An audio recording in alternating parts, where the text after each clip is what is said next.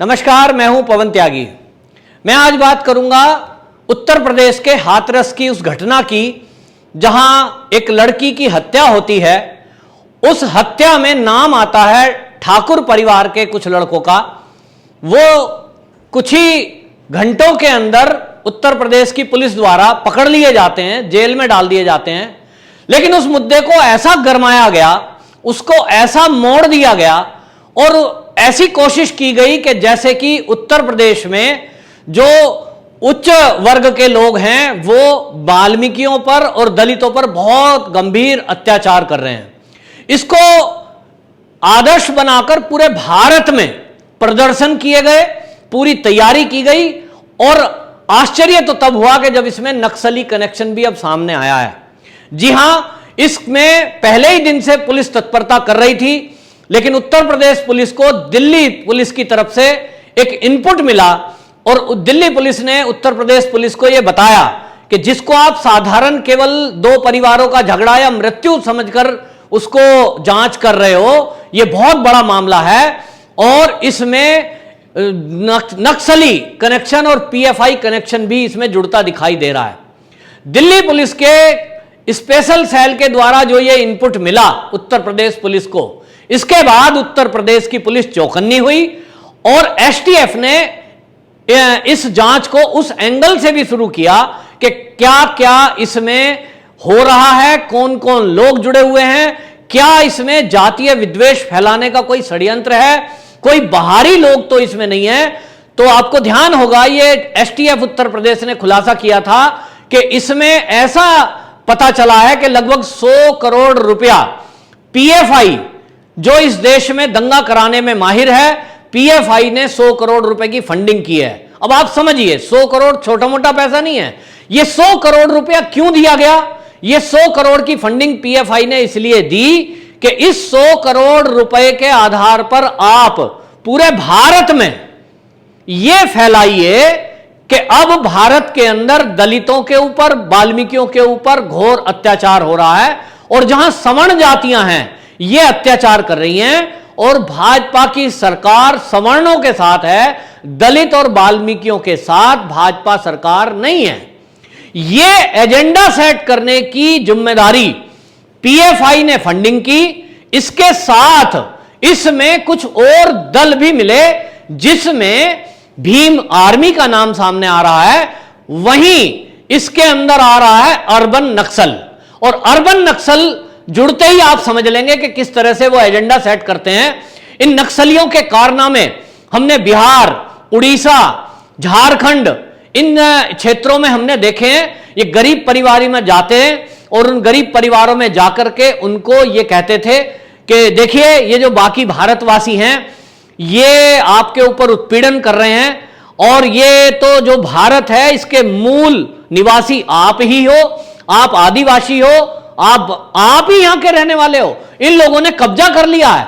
और मुझे याद है आज के 15 साल पहले, 20 साल पहले, जब झारखंड, छत्तीसगढ़ और बिहार के कुछ एरियो में जो नक्सली गतिविधियां ज्यादा थी, तो वहां की रिपोर्ट सामने आई थी कि किस तरह से वो आम समाज की शादियों की फोटो वहां दिखाते हैं, वीडियो दिखाते हैं और उनको कहते थे कि देखिए ये कितने तरह के कपड़े पहनते हैं, कितने तरह का भोजन करते हैं और आप लोग नंगे रहते हो। तो छीन करके इनसे अधिकार लेना है और इसलिए कोई टैक्स मत दो, कोई इनसे बात मत करो और हथियार उठाओ। और इस तरह से नक्सलियों ने एक बहुत बड़ी सेना अपनी सरकार के पैरेलल में खड़ी की और उसके साथ वहां गतिविधियां की। तो सरकार के पैरेलल में एक सरकार चलाई। अब वो नक्सली तो बंद हो चुके हैं क्योंकि सुरक्षा बलों ने तकड़ी कार्रवाई की, तो वो बंदूक वाले नक्सली खत्म कर दिए गए क्योंकि उनको जो विदेशों से फंड आ रहा था उस पर सरकार ने कार्रवाई की। लेकिन 2014 के बाद, मोदी सरकार आने के बाद, इन्होंने अपना रूप बदल लिया है। इन्होंने अपना रूप बदल करके एनजीओ खोल लिए और एनजीओ के तरह तरह के नाम रख दिए। आर्मी नाम, जैसे भीम आर्मी नाम रखा है, ऊपर से देखने में लगेगा कि इसमें गलत क्या है। एक दलितों की पार्टी है, अब तो वो राजनीतिक पार्टी बन गई है, लेकिन उनकी सोच देखिए, वो कभी भी समाज को जोड़ने की बात नहीं करते, समाज को तोड़ने की बात करते हैं। मान लीजिए एक दलित, एक स्वर्ण में कोई झगड़ा हो गया तो इसको ऐसे ही देखो ना कि एक स्वर्ण और एक दलित में झगड़ा हुआ है, इसको यहां आप अधिकार दिलाने की बात करो, एफआईआर हो जाए, पुलिस कार्रवाई करे, हो सके परिवार की मदद करो, यहां तक ठीक है। लेकिन आप पूरे सवर्ण समाज को दलितों के विरुद्ध खड़ा कर दो या दलितों को सवर्णों के खिलाफ खड़ा कर दो और दोनों पक्षों में लड़ाई कराने की कोशिश करो और यह कहो कि अब हमको ठाकुरों को देखना है, मारो इनको, हम तुम्हारी मदद करेंगे। यह बहुत ही भयंकर खेल है और आतंकवादी और जो हमारे देश के दुश्मन देश हैं वो यही तो चाहते हैं। तो हाथरस कांड में जैसा हमने देखा कि एक महिला की चर्चा हो रही है जिसको फर्जी भाभी भी कहा जा रहा है, वो डॉक्टर राजकुमारी बंसल। अब आप देखेंगे ये किस तरह का काम करते हैं नक्सली कि वो प्रोफेसर है, डॉक्टर है, जबलपुर में गवर्नमेंट जॉब है, लेकिन वो जहां भी कहीं दलित परिवार पे कहीं कोई हमला होता है उसकी मौजूदगी वहां होती है। एक उदाहरण आपने हाथरस में देखा, दूसरा उदाहरण मैं बता रहा हूं कि यही महिला डॉक्टर राजकुमारी बंसल 2 साल पहले आगरा जिले में ये वहां पर मलपुरा क्षेत्र में लालाऊ गांव है, उस गांव में वहां एक संजली लड़की थी, उसको पेट्रोल डाल करके गांव के कुछ लड़कों ने, आपसी प्रेम का ही प्रसंग था लेकिन उसको जला दिया था। ये वहां भी गई थी और वहां उस लड़की की मौसी बनकर रही थी। ये पुलिस वालों ने अब वेरीफाई किया है, इसकी जब फोटो सोशल मीडिया पे वायरल हुई है कि भाई ये तो डॉक्टर राजकुमारी जो है ये तो वहां आगरा में भी थी 2 साल पहले और उसने वहां बहुत हंगामा किया था, वहां भी डेड बॉडी को जलाने नहीं दिया गया था, वहां भी उसने सीबीआई जांच को मना किया था, वहां भी योगी सरकार पर सवाल उठा रही थी और मीडिया और सोशल मीडिया प्लेटफॉर्म पर ये उसकी मौसी बन करके ट्वीट कर रही थी, बातें लिख रही थी। किस तरह की इसने वहां माहौल बना दिया था कि पूरे क्षेत्र में इसने वहां माहौल बना दिया और ऐसा जता दिया कि जो सवर्ण जाति के लोग हैं वो वाल्मीकियों पर अत्याचार करते हैं तो हमको उनका बदला लेना है। और यही साजिश अब हाथरस में देखने में आई कि किस तरह से मीडिया का प्रयोग किया गया। और आपको बताऊं कि ये जो नक्सली हैं इनके अपने संगठन एनजीओ बना रखे हैं, वहीं इन्होंने यूट्यूब चैनल भी बना रखे हैं, कुछ मेन स्ट्रीम चैनल मीडियाओं से भी इनके संबंध हैं। अब ये जांच का विषय है, जब हाथरस कांड की सीबीआई जांच हो रही है तो मैं कहूंगा कि सुरक्षा एजेंसियां उसमें यह भी जांच करें कि कौन कौन पार्टी का लीडर उसमें ऐसे लोगों के साथ मिला हुआ है जो देश तोड़ने की बातें कर रहे हैं, जो जातीय विद्वेष फैला रहे हैं, जो दलित और वाल्मीकियों में और ठाकुर ब्राह्मणों में मारकाट करवाना चाहते हैं। इसके पीछे बहुत बड़ी साजिश है। आतंकी इस देश में अब बंदूक गोला बारूद लेकर बॉर्डर पार नहीं कर पा रहे हैं, तो उन्होंने अपना दूसरा रूप बदला है और ये अर्बन नक्सलियों को ये जिम्मेदारी दी है कि अब तुम क्या करो कि आपस में ही लड़ा दो, डंडा फरसा लाठी लेकर के ये आपस में लड़ें और ऐसा हो जाए कि हिंदू समाज एक न रह पाए। हिंदू आपस में लड़ेगा, सवर्ण दलित लड़ेंगे तो ये मजबूती जो समाज की है वो टूट जाएगी और बाकी फिर सीएए के विरोध के नाम पे जैसे फर्जीवाड़ा किया था कि मुसलमानों को भड़काया, उस वर्ग को भी भड़काएंगे और कहेंगे कि सीएए तुम्हारे को बाहर कर देगा। अभी एक खुलासा हुआ है कि इंडिया टुडे ग्रुप ने किस तरह से मोहन भागवत जी के बयान को भी तोड़ मरोड़ के पेश किया और कहा कि वो कह रहे हैं कि इस देश में रहना है तो बहुसंख्यकों की बात चलेगी।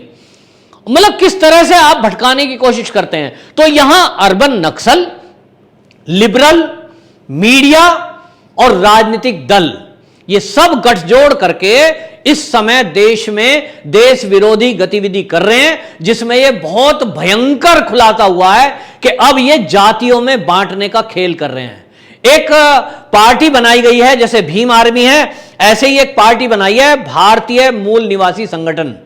जी हां, ये भारतीय मूल निवासी संगठन ये इसी से जुड़ी हुई है, ये डॉक्टर राजकुमारी बंसल इसी से जुड़ी है इस संगठन से, और ये इसको ट्विटर पे भी फॉलो करती है उनके अध्यक्ष को।